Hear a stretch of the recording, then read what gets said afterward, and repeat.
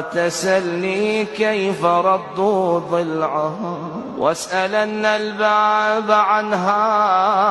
والجدار، واسأل اللؤلؤ قرطيها لمن تثر،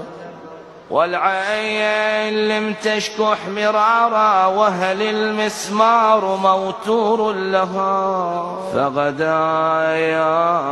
في صدرها يطلب ثارا، واسأل الأعتاب عن محسن كيف فيها دمه راح جبارا، يا بضعة الهادي الزكية يوم حضرتها المني، حضر يمها الوصي حيدر بكى وناداها، تحساير دمدمع عينه تفجر من سمع منها الوصي.